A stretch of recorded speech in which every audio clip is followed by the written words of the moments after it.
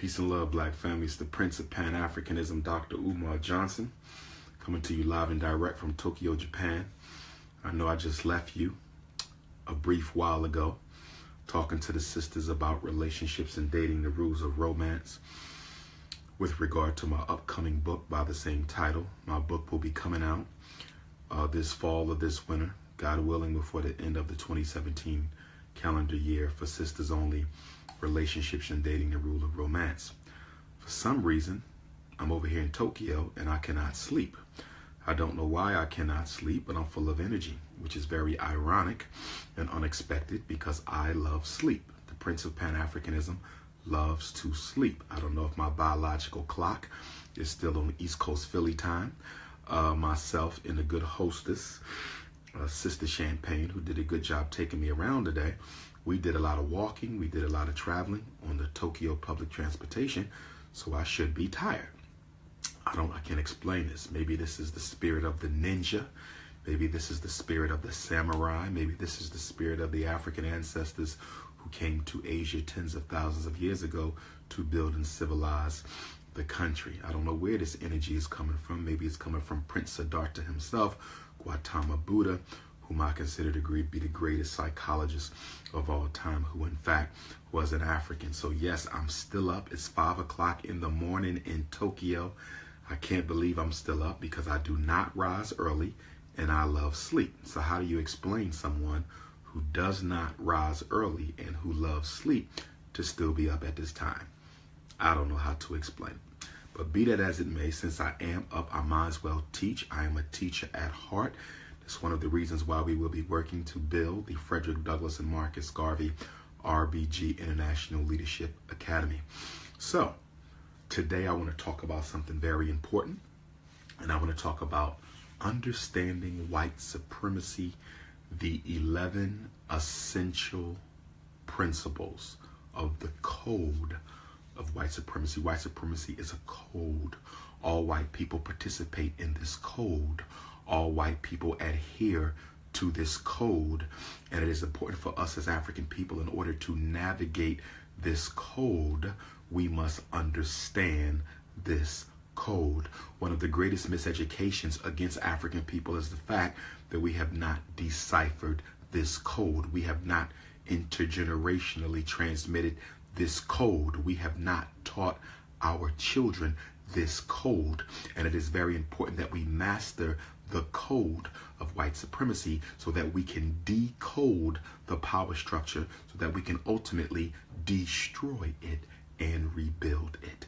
So let's talk about this.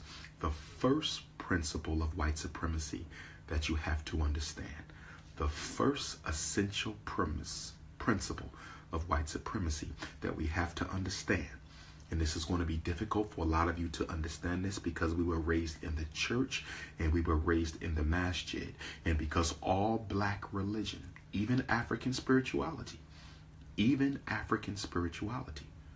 all black religion is colorblind.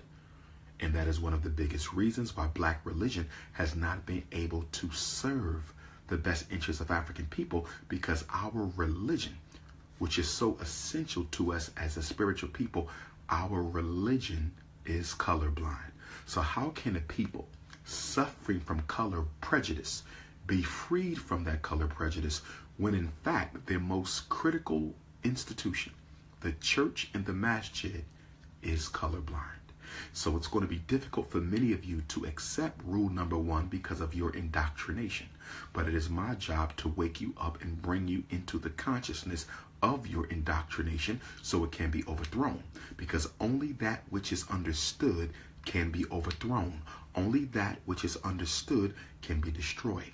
Only that which is understood can be ultimately refuted, rejected, and done away with. So the first rule, the first of the 11 essential principles of white supremacy, the first rule of the 11 essential principles of global white supremacy is that all white people are racist. All white people are racist. Now, I know I have some Europeans trolling my Instagram and my Facebook, and I don't mind you being here because you need to be educated again. Okay, you as Europeans, as Anglo-Saxons, as Jews, as Irish, as Portuguese, as Spaniards, as Italians, you need to be educated. But I do want my white visitors to understand that I overstand that no matter how educated you become about your code of white supremacy, you will never violate that code, nor will you ever operate outside of that code, okay? Many black people are under the false, erroneous belief that if we educate white people about who we are, racism will cease to exist. Many of us as Africans believe that if we educate white people as to who we really are, racism will cease to exist. Well, I can assure you that that is a fallacy. I can assure you that that is a lie. I can assure you that that is nothing more than a fragment of your imagination. White people are already educated about who you are. That's why they are racist. You don't need to be racist against the people over whom you exercise superiority. Racism is not necessary when you're dealing with inferior people. Racism is only necessary when you are dealing with equals or people who are superior to you. The fact that we even have racism clearly connotates and denotes that African people are not inferior. You do not have to devise a system of authority, control, and domination in order to keep inferior people in check. When people are inferior to you, you don't even have to be conscious of them. Do you understand? So the fact that we have a system of global white supremacy clearly articulates and communicates to you that you are not inferior to Europeans. Facts. Facts. Facts.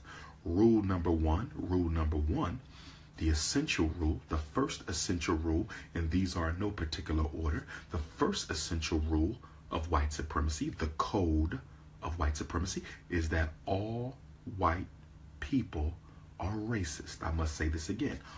All white people are racist. I must say this again. All white people are racist. That means your wife, that means your husband, that means your white sister-in-law, your white father-in-law, your white friends, your white neighbors, your white Muslims, your white Christians, your white capitalists, your white communists, your white Jehovah's Witnesses. All white people are racist. And you have to understand rule number one in order to understand the others, because they are all based upon this rule. All white people are racist. Now, for the benefit of my Africans who are watching this lesson, and to the benefit of the Europeans who are watching as well, allow me to clarify when I say all white people are racist. When I say that all white people are racist, that does not mean all white people hate black people. I repeat, when I say that all white people are racist, that does not necessarily follow that all white people hate black people. I don't agree with that. I do not think that all white people hate black people. I think that most white people hate black people, but I don't believe that all white people hate black people. Racism has nothing to do with emotion. Racism has nothing to do with emotion. Racism has nothing to do with anger. Racism has nothing to do with hate. Racism has nothing to do with any type of an emotion. Racism is non-emotional. Racism is thoroughly political. Racism is thoroughly economic. Racism is thoroughly intellectual. Racism does not deal in emotions. Racism deals in power. Racism deals in power. Racism deals in power. So when I say all white people are racist, I'm simply saying that all white people are committed unapologetically to the preservation, maintenance, and continuation of the domination that Europeans have over African life. I'm saying that all white people, whether they hate you or not, all white people, whether they hate you or not, are 100% unapologetically committed to the continuation of white rule on the planet Earth. In other words, they are committed to the authority, they are committed to the power, They are committed to the legitimacy. They are committed to the resource control. They are committed to the religious control. They are committed to the cultural control. They are committed to the institutional control. So when I say all white people are racist, I am not saying all white people hate black people. I'm saying all white people benefit from a white privilege that none of them want to give away. All white people benefit from a white privilege that none of them want to ever abandon. All white people benefit from a privilege. And you must understand that the privilege that Europeans benefit from, only comes as a result of the oppression of African people. So you cannot want to protect white privilege and at the same time not want to continue to oppress Africans, because you can only exercise or realize a white privilege vis-a-vis the oppression of African people. White privilege and black oppression go hand in hand, because if there was no black oppression, there would be no white privilege. If there was no black oppression, there could be no white privilege. And unfortunately, we as African people often fail to understand white supremacy and the fact that all white people are racist, because we keep on evaluating white people through the lens of emotion. So what you have to do is you have to take off your emotional glasses. Come on, take off your emotional glasses. I need you to take off your emotional glasses. Take them off. Take them off.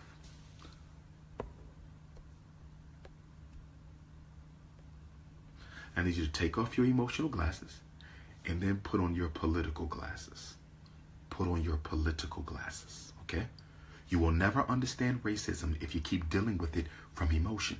And because we keep on dealing with it from emotion, okay? And because we keep on dealing with it from emotion, we are often confused and tricked up whenever white people who we feel care about us, stay with me, when white people who we feel care about us, when white people who we feel care about us, okay, do things that clearly manifest their racism, we are confused. When white people who claim they care about us engage in thought or behavior, okay, that manifests racism, we are confused, because we say to ourselves that this is my white friend. I know they care about me. This is my white friend.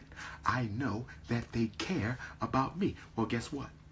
They may care about you as an individual African, but they don't care about us as an African people. I repeat, they may care about you as an individual African, but they don't care about us as an African people. They may care about you as an individual African. They don't care about us as an African people. And what you need to understand is that intergroup behavior is regulated by the power structure of their race. In other words, white people do not make policy.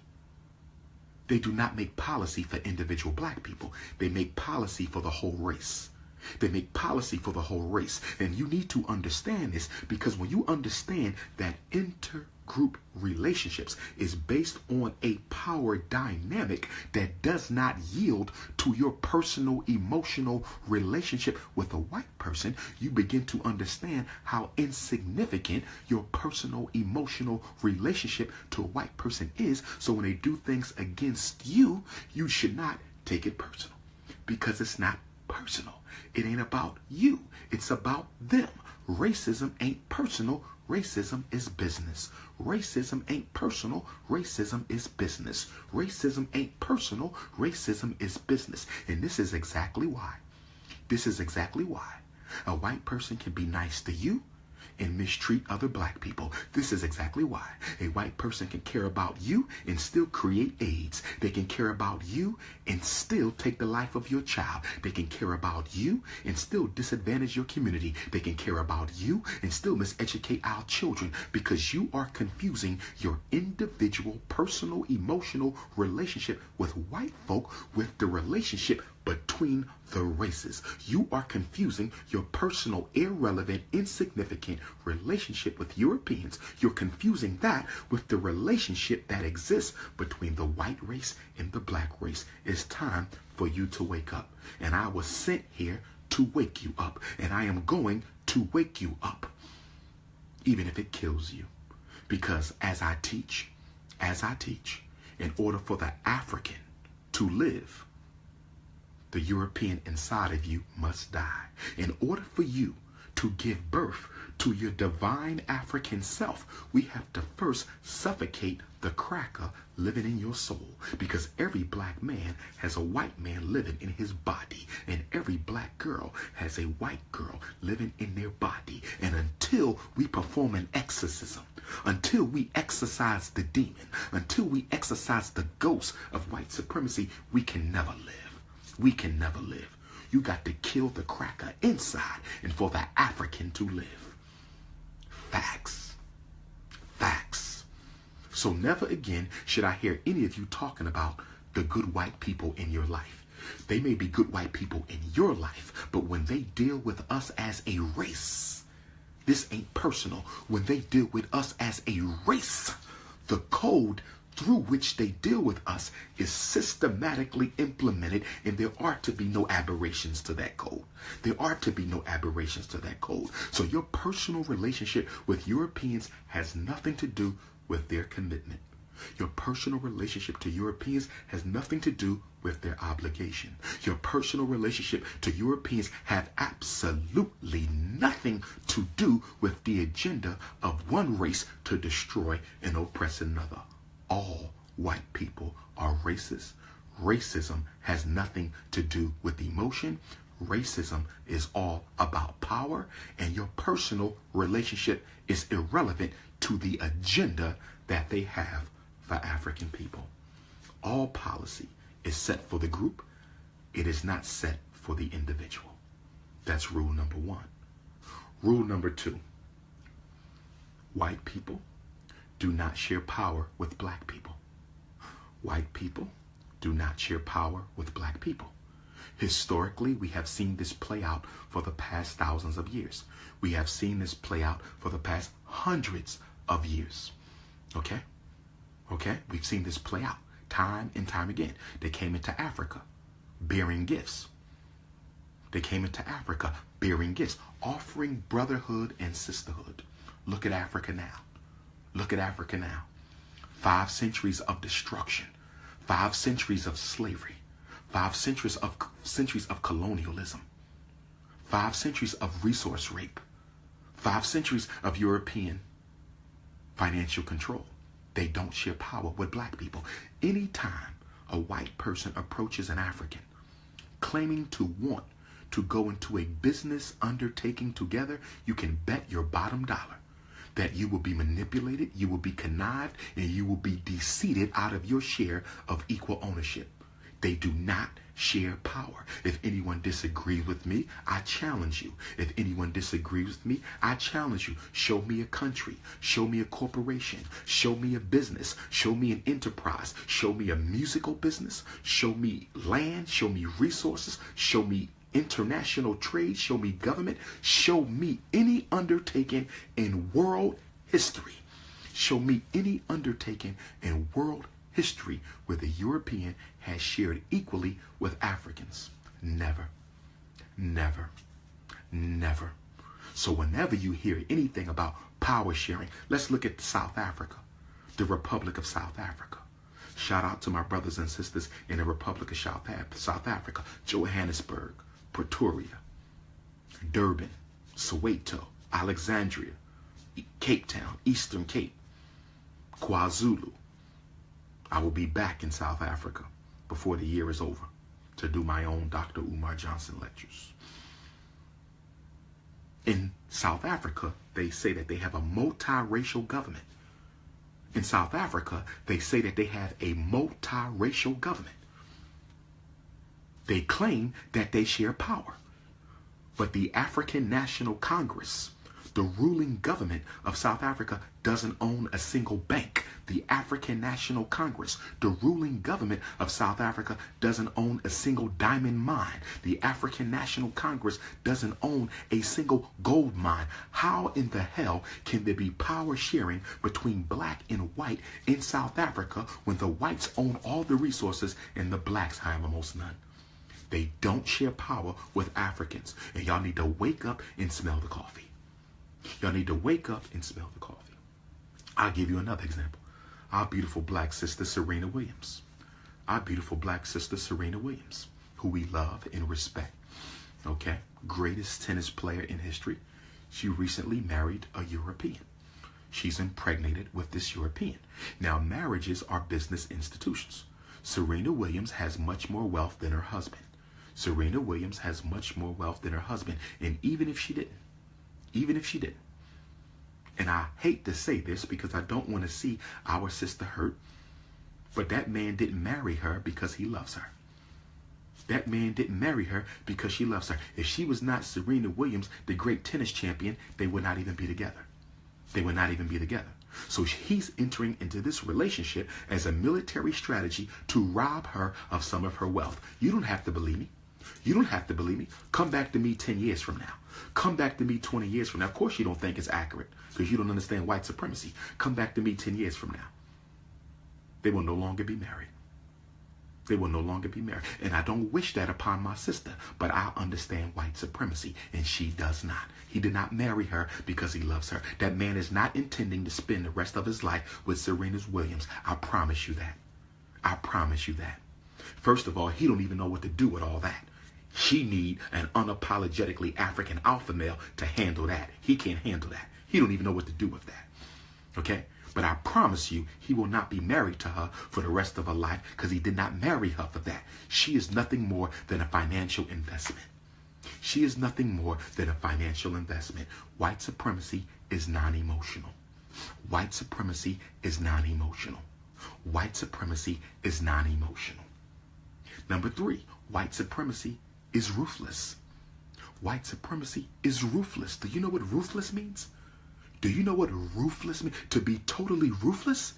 That means you are devoid of any moral code. And if you have a moral code, it does not in any way, shape, or form impede your ability to carry out your agenda, no matter how horrific it is.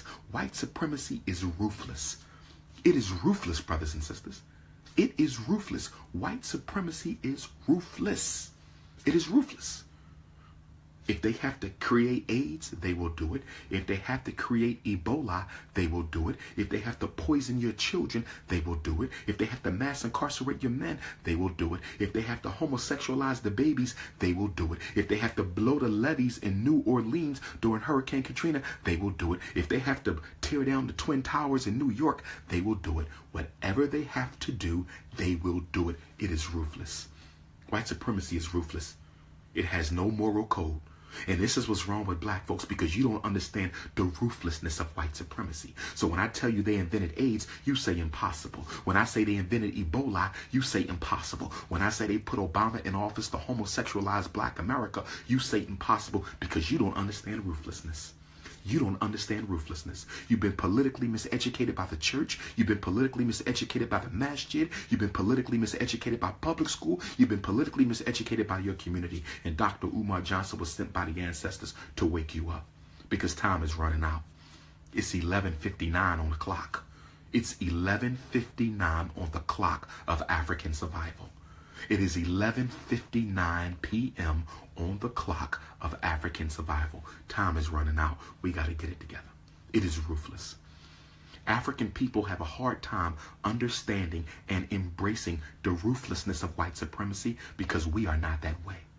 It is hard for, this is one of our immaturities as a people. This is one of our immaturities as a people. We have a very difficult time stepping outside of our African worldview. We have a very difficult time stepping outside of our African worldview.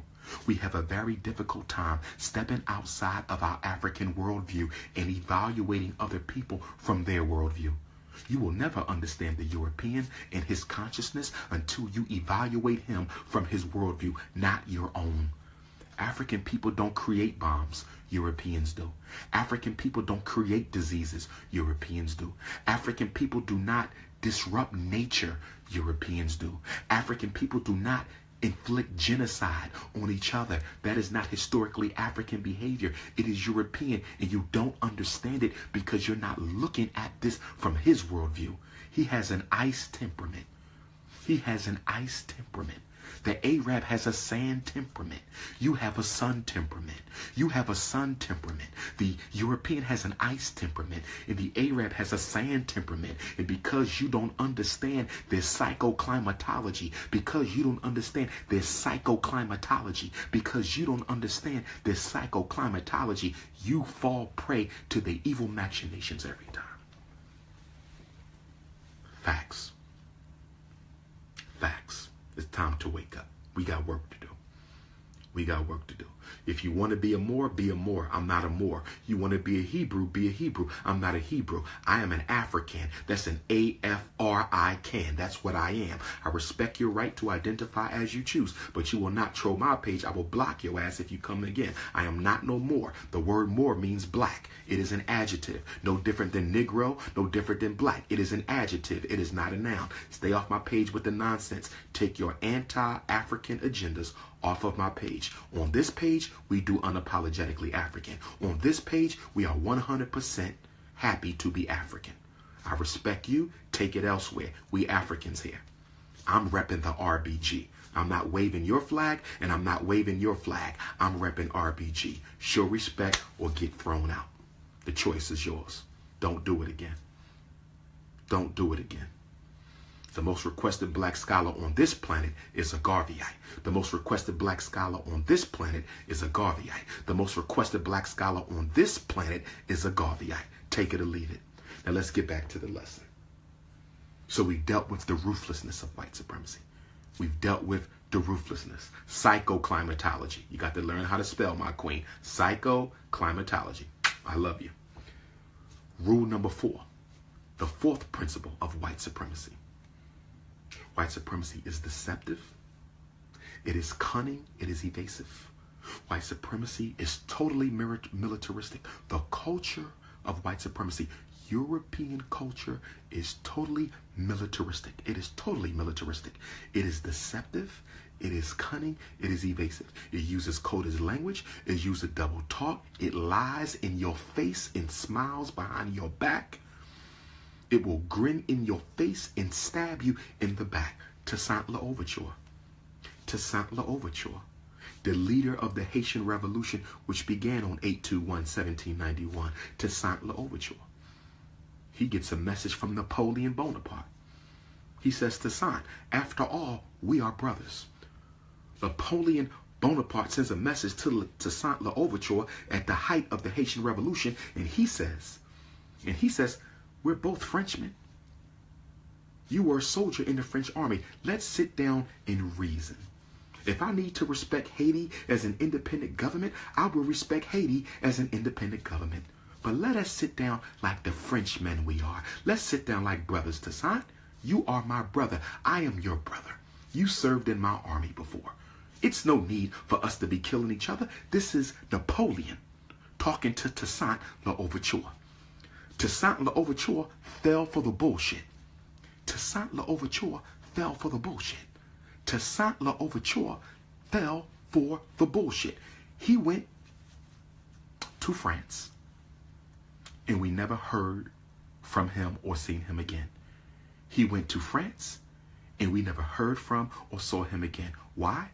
Because he allowed Napoleon Bonaparte to psychologically disarm him. Just like our ancestors on the continent, when the Europeans showed up, we allowed them to psychologically disarm us. Many of you black men dating and married to white women, you allowed Europeans and your white women to psychologically disarm you. And you know why they're so able to psychologically disarm us? Because our religion has already made us believe that race is irrelevant. Our religions have already made us believe that race is irrelevant. Our religions have already made us believe that race is irrelevant. For my Instagram family, because I know you love and support the Prince of Pan-Africanism, I'm going to let you handle the European trolls on the page, all right? So I want you to intellectually beat their ass as long as they stay on this page, okay? Now, for the ones who are just listening and learning, we're not going to mess with them. We respect that. But for the ones who trolling, I'm going to leave that to my Instagram family to get in that ass, okay? We going to handle that.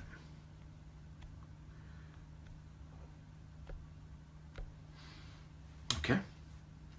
So, this is why they love contracts. If you notice, white culture doesn't value verbal contracts. Have you noticed that? African culture, we do a lot of verbal contracts. We can shake on it. It's a verbal contract. European culture, they don't do verbal contracts. They want it written down. They want it on paper. They want it on paper. Why do they want it on paper? They want it on paper because you can lie with words really well. You can deceive with words really well. When you look at the European language, every word has 2 and 3 meanings. Every word has 2 and 3. Why does every word have multiple meanings? Why don't every word have one meaning so people can understand how it's being used? Why don't every word in their language have one meaning so people can understand how it's being used? You know why it doesn't have one meaning? Because their language, like their culture, is based on technology. Their language, like their culture, is based on technology. So they need the words to have multiple meanings. So once you find out what this means, they'll say, I didn't mean that, I meant this. And once you find out what this means, they will say, I didn't mean this, I mean that. And then once you find out what that means, they'll say, I didn't mean this, I meant that. It is deceptive, it is cunning, it is evasive. You cannot trust it. You cannot trust it. No contract you sign will be good. No legal decree that you enter into will be good, because this is white supremacy, seldom understood by its number one victims, the African man and woman. This is white supremacy, seldom understood by its number one victim, the African man and the African woman. Technology is the philosophy of white supremacy. Technology is the philosophy of white supremacy. Number 5. The 5th principle of white supremacy is it is narcissistic. White supremacy is narcissistic. White supremacy is narcissistic. That means what? That means how they see things is the way it has to be. How they feel about things is the way it has to be. The way their news reports information is the way it has to be. The way they feel about God is the way it has to be. The way they feel about nature is the way it has to be. It is narcissistic in that its opinions is more important than anyone else's. That's right. Its agenda is more important than anyone else's. The whole world can say, this is how we want to operate. But the white supremacists will come in and say, we don't care how y'all want to operate. This is the way we want to operate. It is imperialistic. And an imperialist is a narcissist. White supremacy is imperialistic. And an imperialist is a narcissist. An imperialist is a narcissist. It is their way or the highway. It is their way or the highway. It is narcissistic. This is why many white intellectuals cannot stand to be challenged by an African intellectual. This is why many Eurocentric intellectuals cannot stand to be challenged by an African intellectual, because their narcissism suggests that who are you? Who are you to question me? Who are you to question me? This is why when you go to their schools and to their universities, they never teach you how to evaluate or analyze the various philosophies and systems that their great men and women have created. They never teach you how to evaluate and analyze the systems that their great men and women have created, because they are narcissistic. So you're not supposed to challenge Christopher Columbus. You're not supposed to challenge Adolf Hitler. You're not supposed to challenge the Jewish bankers. You're not supposed to challenge the European giants of propaganda. You're not supposed to challenge their scientific formulas. You're not supposed to challenge their health remedies. You're not supposed to challenge their belief that Jesus was white. You're not supposed to challenge their belief that the Egyptians were white. You're not supposed to challenge anything, because they are narcissistic. What we say is necessarily the truth. And you know what the problem with that is, family? You know what the problem with that is, family? They had convinced you. They have convinced African people. White supremacy has convinced African people over these past 400 or 500 years that the way they see it is the way you shall see it. They have convinced you to believe that the way they see it is the way that you should see it. And that's our problem, because most of us have bought into the European worldview. We are at peace with white people dictating our lives. We are at peace with white people dictating our destiny. We are at peace with white people educating our children. No one else could be at peace with that. You walk into a black community, we don't control the politics. You walk into a black community, we don't control the religion. You walk into a black community, we don't control the businesses. You walk into a black community, we don't control who moves in and who moves out. So we don't control membership. We control nothing, and we are at peace with that because the white man has convinced you that his remote control is better than your direct control. The white man has convinced you that his remote control is better than your direct control.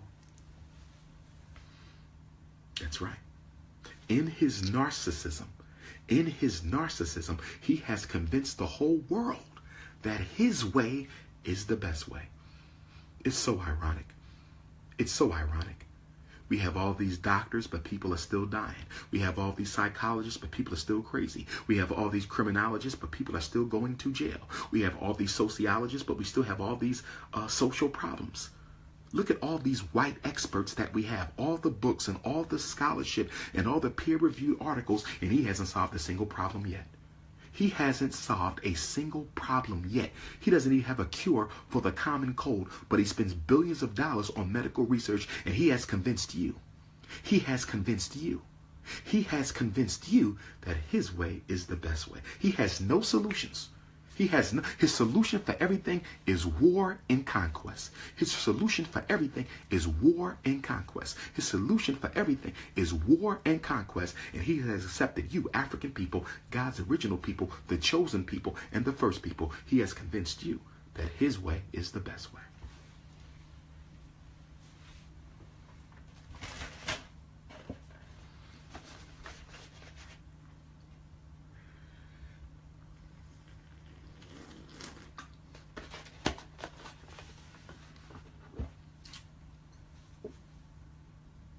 Number 6.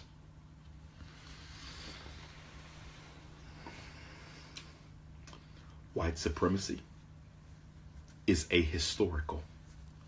Principle number 6 of the 11 essential laws, rules, principles, the code.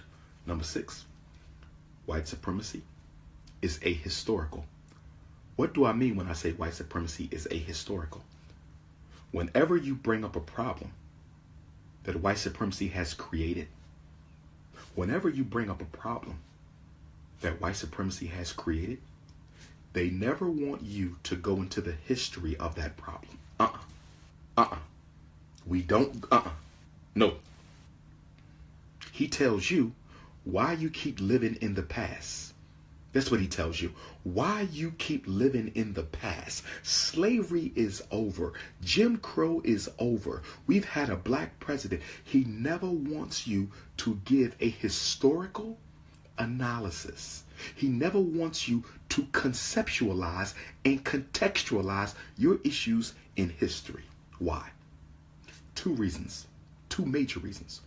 The first reason why he never wants you to give a historical analysis on a problem, the first reason why he never wants you to contextualize your issue in history, because if you contextualize your issue in history, he will not be able to evade responsibility for creating your problem. He will not be able to evade responsibility for evading your problem. He will not be able to evade responsibility for creating your problem. So he never wants you to go to the history. He hates when black people bring up slavery as the central catalyst, the central causative agent in all the problems that we face. He never wants you to bring up slavery. Why? Because if you put our problems within a historically accurate context with slavery as the beginning, how can he not say he's not responsible for that? He can't. So he don't want you to talk about it because he does not want to accept responsibility, because as we just got finished talking about, white supremacy is deceptive. He has to be viewed as the savior. He cannot be viewed as the villain. He hates to be viewed as the villain. Now, we all know he's the central villain in human history, but he does not want to be viewed as a villain. So he never wants you to provide a historical context for how he created your problems. He wants to blame you for their problems. Do you understand? Let me give you an example. So, we look at the mass incarceration rate of black men. We look at the mass incarceration rate of black men in America. We look at the mass incarceration rate. The European white supremacy, the system, wants you to view black men as born criminals. Born criminals who have to be incarcerated and exterminated. That's his solution. They are born to commit crimes. They are born to, this is what these animals do. That's his whole formula. That's his whole formula. Now, when it comes to Dr. Umar Johnson with that nonsense, I'm going to give a historical context to mass incarceration, going back to what? The end of slavery. The end of slavery. During slavery, jails were filled with white men. During slavery, jails were filled with white men because they needed us to work. When slavery ended, the complexion of the prisoner began to change. When slavery ended, the complexion of the prisoner began to change. And prison in America went from being a male-dominated establishment to a black male-dominated establishment. It went from being a white male-dominated establishment to a black male-dominated establishment. And how did they perfect that? How did they transform the color of the prisoner? Number one, they created the vagrancy laws. The vagrancy laws said that any freedman who was caught without a job, any freedman who was caught outside after curfew, any freedman who was caught sleeping on the street, any freedman who was caught stealing to feed their family because the white man would give them no job, will automatically be incarcerated. So he created the vagrancy laws to entrap black men.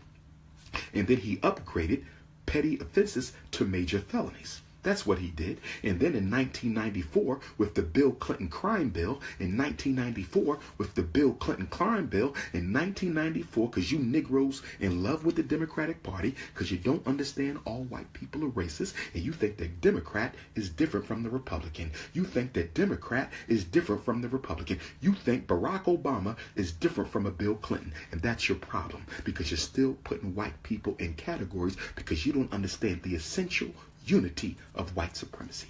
You don't understand the essential unity of white supremacy. Oh yes. Oh yes. And then on top of that, after they murdered Dr. King, April 4th, 1968, after they murdered Dr. King, April 4th, 1968, they decided to neutralize the economic power base of the black community. They decided to neutralize the economic power base of the black community. In the 1970s, they came into the black community and they deindustrialized the neighborhood. They deindustrialized the neighborhood. They took out all the factories and all the industrial jobs. They took out all the factories and all the industrial jobs from Charlotte, North Carolina, from Detroit, Michigan, from Indianapolis, Indiana, from Chicago, Illinois, from Philadelphia, Pennsylvania, from Baltimore, Maryland. Oh yes, they deindustrialized the hood, and then they deindustrialized the high school. They took out the auto shop from high school. They took out the electrical shop from high school. They took out the plumbing program from high school. Oh yes, they took out the woodworking program from high school. They deindustrialized the high schools. And then after they deindustrialized the high school, the CIA brought crack cocaine in 1980 into the black community. Crack cocaine in 1980. And then 1994, Bill Clinton crime bill. 1994, Bill Clinton crime bill. So if you look at the history of mass incarceration, you will see that the mass incarceration of black men was engineered by white supremacy. We are not responsible for that. Criminals are not born. Criminals are made. We are not responsible for that. Criminals are not born. Criminals are made. We are not responsible for that. Criminals are not born. Criminals are made. Facts. Facts. Who were the criminals in the 1930s and 40s? Was Meyer Lansky black? Was Lucky Luciano black? Was Al Capone black? Was Bugsy Siegel black? Weren't they selling drugs? Weren't they running gangs? Weren't they running rackets? Weren't they breaking the law? Wasn't they evading taxes? Everything we're accused of doing today, they did it almost 100 years ago. But in the 1940s, the American government decided that they needed to unify under a white ethos. The American government decided that we need to bring all white people under the banner of whiteness. Whiteness as a weapon. And so they upgraded the Irish to white, and to reward them with their new white status, they gave them the police departments in the inner cities. They gave them the police departments in the inner cities. Someone needs to do a systematic analysis on the cultural ethnicity of the police who kill black people. Okay? George Zimmerman, I believe, was half Jewish. Darren Wilson was of what ethnicity? The officer that killed Tamir Rice, of what ethnicity? The officers that choked Sandra Bland, of what ethnicity? And you will find Jewish, Irish, and Italians predominantly, because they gave the police department to the Irish. And then they gave the fire department to the Italian. They gave the fire department to the Italian, and they gave the European Jews the civil service jobs. The civil service jobs. This is the history. This is the history. You understand? But they don't want you to do a historical analysis. He's ahistorical. He never wants you to go back. He never wants you to go back. He don't want you to say, well, let's go to Nile Valley culture. Since y'all so great, let's go to Nile Valley culture. Who taught your Greek and Roman philosophers? Where did they come from? Where did they come to learn? Where did Plato come? Where did Aristotle come? Where did Plato, Aristotle, Socrates, Epictetus, where did they come from? Your gods, where were they borrowed from? Why was Socrates murdered? Socrates was murdered for bringing Egyptian god science into Europe. Socrates was murdered for bringing African god science into Europe. They don't want to do no history. You know why they don't want to do no history? Because they have none beyond 1000 BC. You know why they don't want to do no history? Because they have none beyond 1000 DC. You know why they don't want to do no history? Because they have none beyond 1000 BC. The first literate European is who? The first literate European was who? Homer. Homer, who wrote the Iliad and the Odyssey. Homer, the first literate European. They had no literature before then. There was no intellectual societies in Europe before then. Their intellectual heritage goes back to 1000 BC. If I'm wrong, prove it. Their intellectual heritage goes back to 1000 BC. That's it. Most of the pyramids were already built by then. We have already mapped the stars by then. We didn't already create spirituality by then, mathematics by then. They don't have nothing before 1000 BC, so they don't want you talking no history because they can't go beyond 1000 BC. Facts. And I see some of my white visitors. Good afternoon. Some of you are having a white supremacy attack. Let's talk about the white supremacy attack. A white supremacy attack is an ego attack that Europeans experience when they find themselves in a system where they cannot intellectually or physically dominate African people. Whenever Europeans find themselves in a reality where they cannot intellectually or physically dominate African people, they have what I call a white supremacy attack. Okay, mind go crazy, they start sweating, they get angry, they start yelling, they don't know what to do because they benefit from white privilege their whole life. They benefit from white privilege their whole life, that when they come into a situation where the white privilege does not benefit them, they have a white supremacy attack. So some of my white visitors on Instagram are having a white supremacy attack. Maybe you should get you some cold water. Maybe you should get you some cold water. Better yet, get your ass off my page. Better yet, get your ass off my page. The truth hurts. The truth hurts. But you only hearing it one time. We hear your lies every day. You only hearing my truth right now. But we hear your lies every day. You only dealing with our truth right now and you can't take it. We've been dealing with yours for 500 years. Get your ass up out of here. You go and tell them that all the scared Negroes are dead. You go and you tell your masters that all the scared Negroes died 50 years ago. Everybody's unapologetic now. Everybody's unapologetic now. All Africans are unapologetic now. We ain't taking that shit no more. Black power. Black African power. You go run tell that. You go run tell that. You go run tell that. Go get you some cold water. Go get you a Bud Light or some shit. A Miller Light, High Life, whatever the shit y'all drink. Get up out of here. Facts.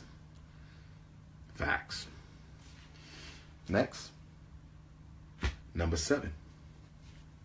And see, this is why I like to point out that I use my real name. I'm not hiding behind some fake Egyptian name. Like most of these Hotep Negroes. They don't use you don't know what their name is. They could be pedophiles for all you know. You don't know. Criminals. You don't know what the hell they done. They reinvent their life with a fake African name. I'm Umar Johnson everywhere. I'm Umar Johnson on Instagram. I'm Umar Johnson on Facebook. I'm Umar Johnson on Twitter. I'm Umar Johnson when I'm evaluating your kids. I'm Umar Johnson when I'm at the prison. That's right. I'm Umar Johnson when I'm battling Europeans. You know who I am. Okay, I ain't got no fake name hiding behind a fake name. I'm real. My life is real. You should try being real. It works.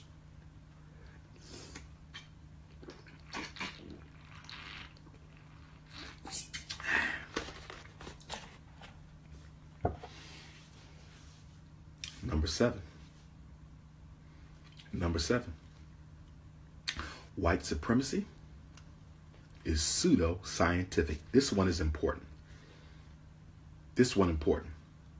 White supremacy is pseudo-scientific. What does that mean? What does that mean when I say white supremacy is pseudo-scientific? When I say white supremacy is pseudo-scientific, what I'm saying, family, is they love to tell you that what they believe has been proven through scientific research. Stay with me. This is important. When you study the rise of racism, you will find that it was the scientists who created it. Apartheid in America was created by the white psychologists. Apartheid in South Africa created by the white psychologists. Adolf Hitler's master race philosophy came from Joseph Goebbels, a white psychologist. They're scientists. They use their scientists to create lies and then conduct pseudo research. Conduct pseudo research to try to justify. Okay? They conduct pseudo research to try to justify the lies that they teach. If you remember, in slavery, during the Ma'afa, they said they had evidence that proved African people were half monkey. They had evidence that proved that we were half devil. They had evidence that proved that our brains were deformed. This is what they taught. And nobody questioned it because they said, we have the research. We have the research. 50 years ago, they said African children are intellectually inferior to white children. You say, how do you know this? We've done the research. Anytime you tell, Ebola came from a monkey. AIDS came from a monkey. How do you know AIDS came from a monkey, Mr. White Man? Because our scientists have done the research. Our scientists have done the research. Hey, Mr. White Man, there's certain things that we shouldn't eat. It's not good for African body and African DNA. You should not even sell these things. People should not even be allowed to include these ingredients in food. No, it's okay. It's perfectly healthy. How do you know? We've done the research. And so they have been able to get people to back off of challenging their conclusions, because every time you challenge white folk on what they believe, they bring out their fake science. They bring out their fake science. And we got Negroes in the conscious community. We got Negroes in the conscious community running around asking Dr. Umar Johnson, where is your research to prove ADHD ain't real? Asking Dr. Umar Johnson, the top black school psychologist in America, where is your research to prove learning disabilities don't exist? Where is your research to prove that there's a school? This is what you Negroes do. Caught up in the white man's science. Caught up in the white man's science. We need to see research. They say, we read Dr. Umar Johnson's book and we didn't find any studies. You know why you didn't find no damn studies? Because I've been doing this for 20 years. I am the damn study. I don't need no white man from no university to support my findings. I speak the truth. As African people, our bar is not research. As African people, our bar is truth. We stand on truth. We don't stand on no research. Just because you put it in a book and say you conducted some controlled trials don't make it the truth. That don't make it the truth. They've been pushing pseudoscience on African people since the beginning of time, and you got the audacity, to question my information. I was attacked a couple weeks ago by a light-skinned supremacist scholar who said I don't include no research in his books, but he include research in his. Well, if he want to quote white folks, he can quote white folks. I'm unapologetically African. I believe in self-determination. I will never quote them. I don't have a need to quote them unless it's absolutely necessary. I've been doing this for 20 years. I know what I know. I've standardized tests. I've conducted evaluations, thousands of them. Why? With my expertise, with my history, with my background, with my experience. Why do I need to go see what they saying at Syracuse University? Why do I got to go and get information from a white man to prove what my own African intelligence has revealed to me over the course of 20 years doing this work? Get your ass out my face. Get your ass out my face. So how do we know what you're saying is true, Dr. Umar Johnson? I tell you what you do. You conduct a survey. You go across America and you said, are there any parents here who has taken the advice of Dr. Umar Johnson? Are there any African parents who have taken the advice of Dr. Umar Johnson for your child? Can you please tell us the outcome of following his advice? I got a 100% record house, Negro. 100%. When parents do what I tell them to do, we win. Period. Point blank in the story. That's your research. White supremacy is pseudoscientific. And a lot of you Negroes, you go to college like I did and get a doctorate degree like I did, and you start worshiping the white man's scholarship. That's what's wrong with half of y'all. Y'all worship the white man's science. Well, he said this, and he said this, and they found this. That ain't nothing but lies. The best way to get people to swallow a lie is to make it look scientific. You falling for that? The best way to make your lies look like truth is to make people think it's scientific. Please.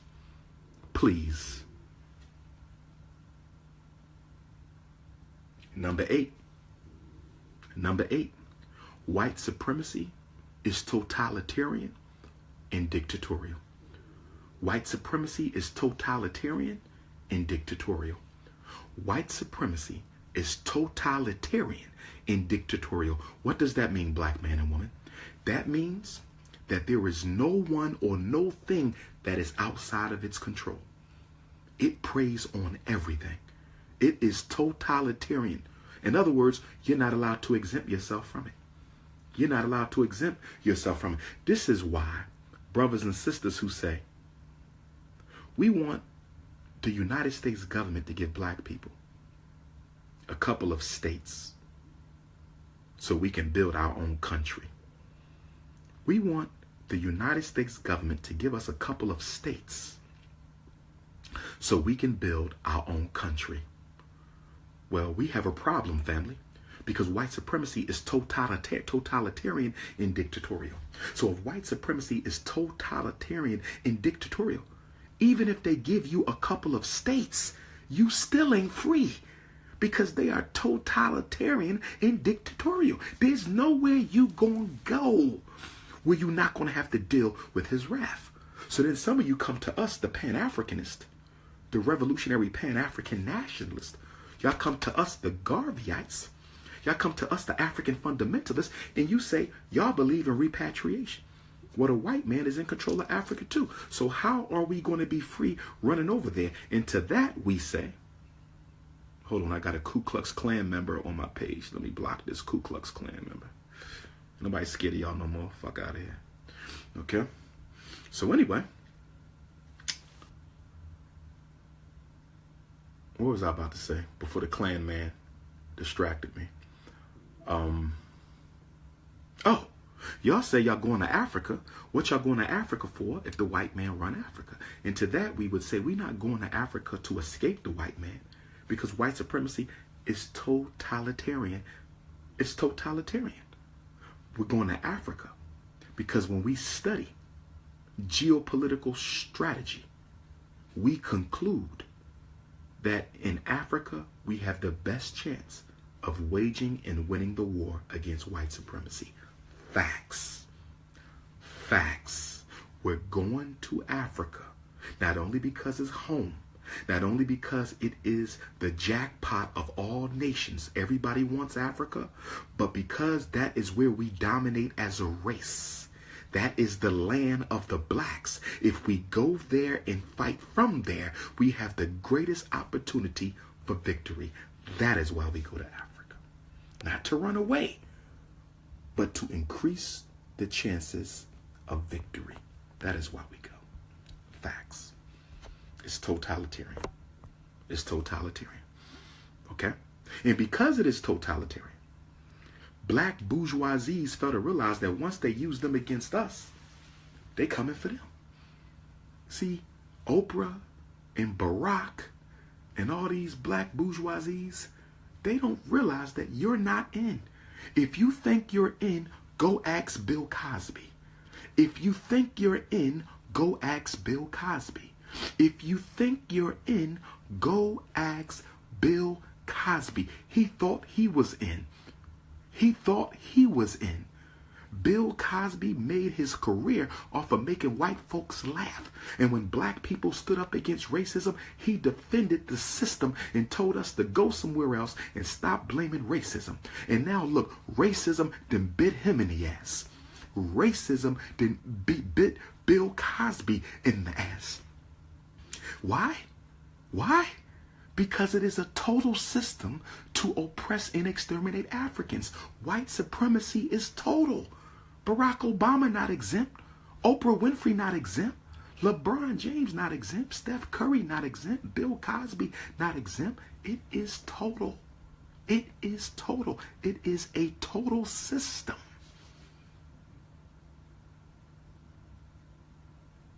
This is why we need the Frederick Douglass Marcus Garvey Academy.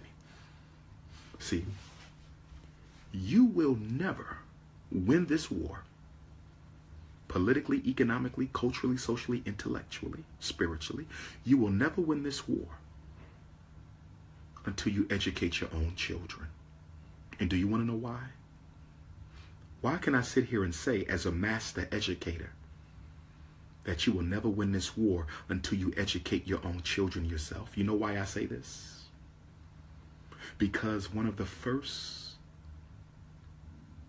goals of education is to make children of the victim loyal to children of the oppressor.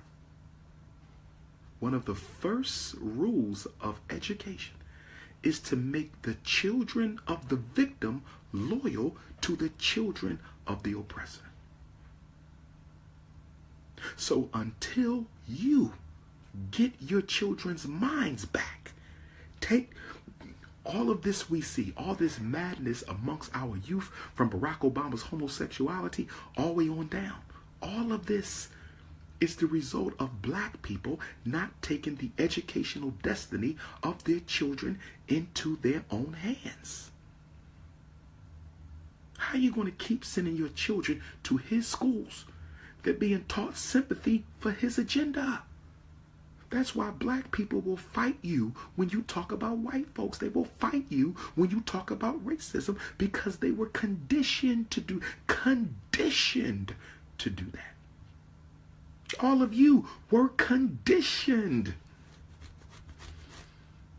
That's why when I talked about African spirituality earlier, when I said no religion is African unless it believes in ancestral veneration, y'all start saying paganism. Paganism, that's the devil. Because you were taught that. Anything that is not within the scope of the white man's Christianity or the Arab's Islam is paganism to you, because you are a Negro robot. A Negro bot. A Negro robot. A Negro bot. That's what your ass is. You on remote control. White man play you like he play Sega. He play you. This is you. He ain't even got to be in the hood. He got this. He played Negroes like this. Tell you what to do, how to do it.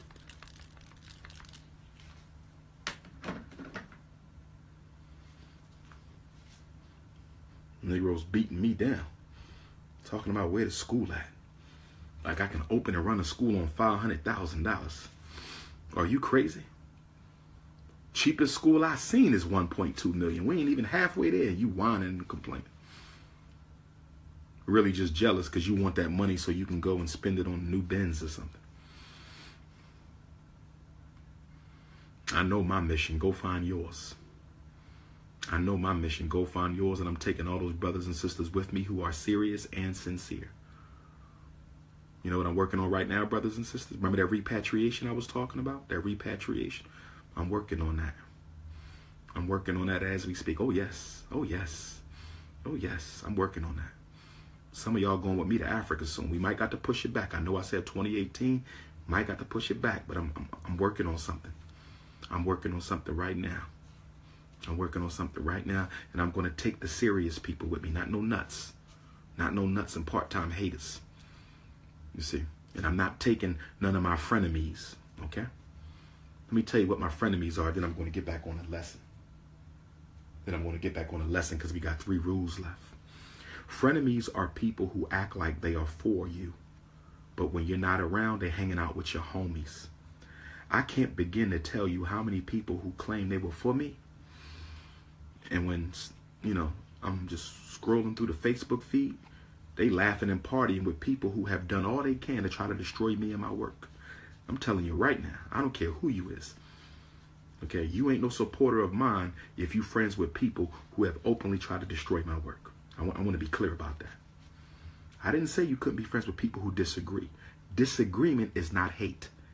Disagreement, you can disagree with me all day. I don't care about that. I'm unapologetic. I don't care. If you friends with people who disagree with Dr. Umar, that's all right. Your husband may disagree. Your wife may disagree. That's all right. I'm not talking about disagreeing. I'm talking about aggressive hatred. Aggressive hatred is what I'm talking about. Ain't no way in hell you with me and you rolling with aggressive haters. I don't get down like that. I'm a Leo. I am a Leo. I'm a son of the sun. And loyalty is very important. Loyalty is very important. Loyalty is very important. Okay? Let's keep on going. The 9th rule of white supremacy. White supremacy is propagandistic. White supremacy is propagandistic. What do I mean when I say white supremacy is propagandistic? I say, when I say white supremacy is propagandistic, I'm saying that they control the flow of information to serve their agenda. They own CNN, they own Fox, they own USA Today, they own the New York Times, they own the LA Times, they own the black newspapers, they own cable. They control the flow of information, and in controlling the flow of information, they control the consciousness of the people. By controlling the flow of information, they control the consciousness. The consciousness. They control the consciousness of the people. They control the consciousness of the people. They control the consciousness of a people. You understand? They control the images of black people, because y'all don't understand that media is not entertainment. Media is political programming. Every TV show, political programming. Every rap song, political programming. Every newspaper article, political programming. Remember, I've taught you before that before you exterminate the body, you must exterminate the image in popular culture. Before you kill black men, you must exterminate the image of black men in popular culture. Before you kill black women, you must exterminate the image of black women in popular culture. And this is why I would argue that they have all these reality shows. Reality shows were invented to kill the image of the black woman. Gangster rap was invented to kill the image of the black man. Reality shows was invented to kill the image of the black woman. And gangster rap was invented to kill the image of the black male. Every rap song you listen to, it ain't nothing but killing other black men, going to jail, selling dope, exploiting women and worshiping materialism. Every damn song you hear, different artists, different beat, different flow, same message, indoctrination. And y'all let y'all children listen to this all day long.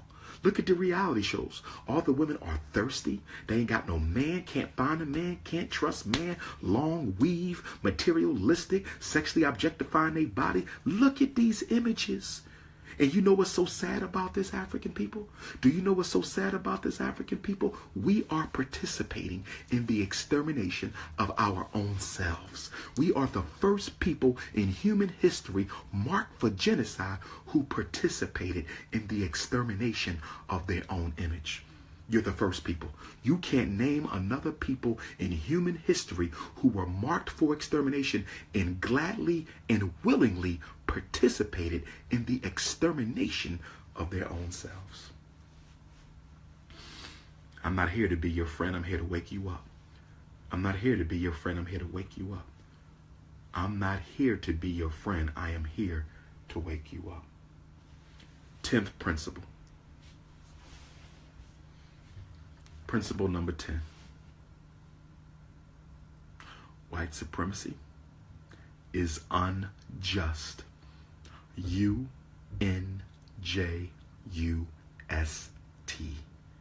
White supremacy is unjust. U-N-J-U-S-T.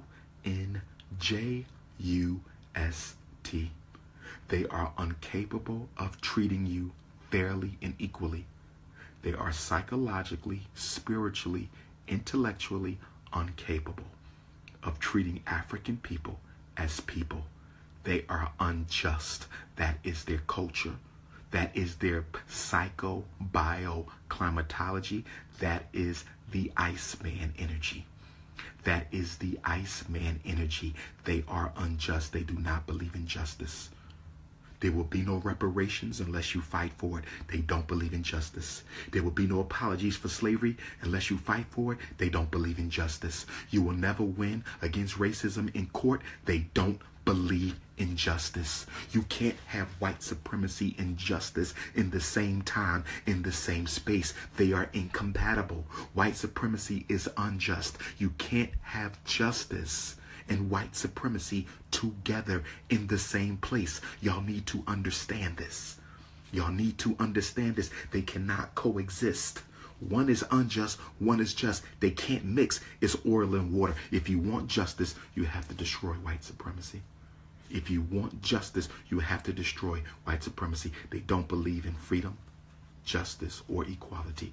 They believe in power, control, and authority. I said they don't believe in freedom, justice, and equality. They believe in power, control, and authority. If you believe me to be wrong, produce your evidence.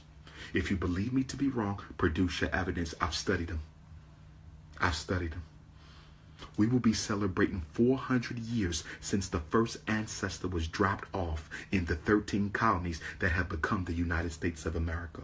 On August the 21st of 2019, that's less than 2 years from now, we will be remembering 400 years of white supremacy, and we still don't understand it. We still don't understand it. We still don't understand it. No justice can come from this system. No justice can. No justice can. These are the facts, and they are undisputed. Last principle. Principle number 11. Last principle. Principle number 11.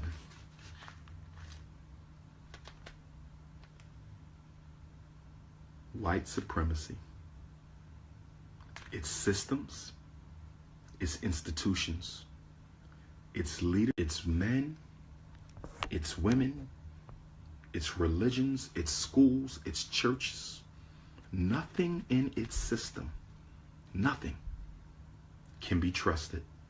The minute you begin to trust a white supremacist, its church, its religion, your boss, its jobs, the courts, the cops, the minute you begin to trust, white supremacy is the minute they begin to destroy you and everything you care about. Trust is the weapon. Trust in American democracy. Trust in American justice. Trust in white Jesus. Trust in Barack Obama. Trust in Donald Trump. Trust the system. That's what bourgeois Negroes always telling you. Trust the system. Yeah, the police shot him, but they're going to do an investigation, and that investigation will let us know if the police unnecessarily took his life. Trust, trust, trust. Who the hell you know with any common sense trusts their enemy? Who do you know with any common sense is going to trust their enemy? You do not trust white supremacy, its agents, or its institutions. You do not trust white supremacy, its agents, or its institutions. The minute you begin to trust is the minute they begin to destroy you.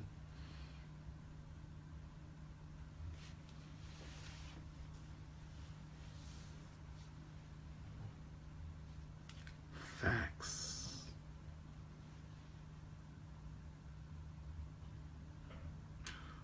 On that note, brothers and sisters, it's 6:45 a.m. Has the sun come up? The sun is coming up in Tokyo. I'm full of energy though. I speak tonight here in Tokyo.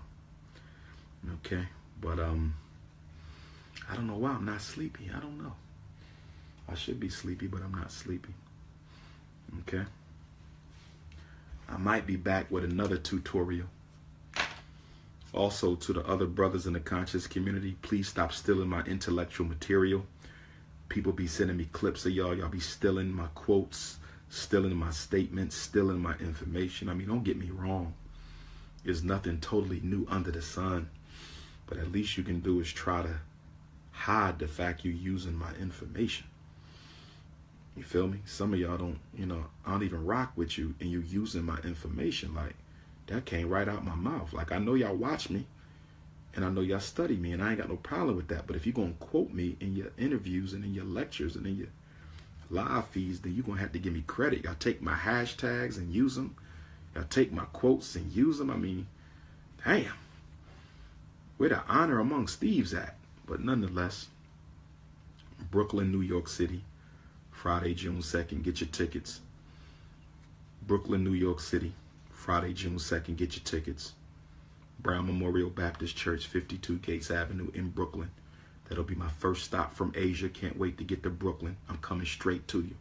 Brooklyn, I'm coming straight to you from China, June 2nd, Bronx, Harlem, Manhattan, Queens, Staten Island, Long Island, Money Earning, Mount Vernon, be up in the building. Jersey, be up in the building. Okay. Coming to you.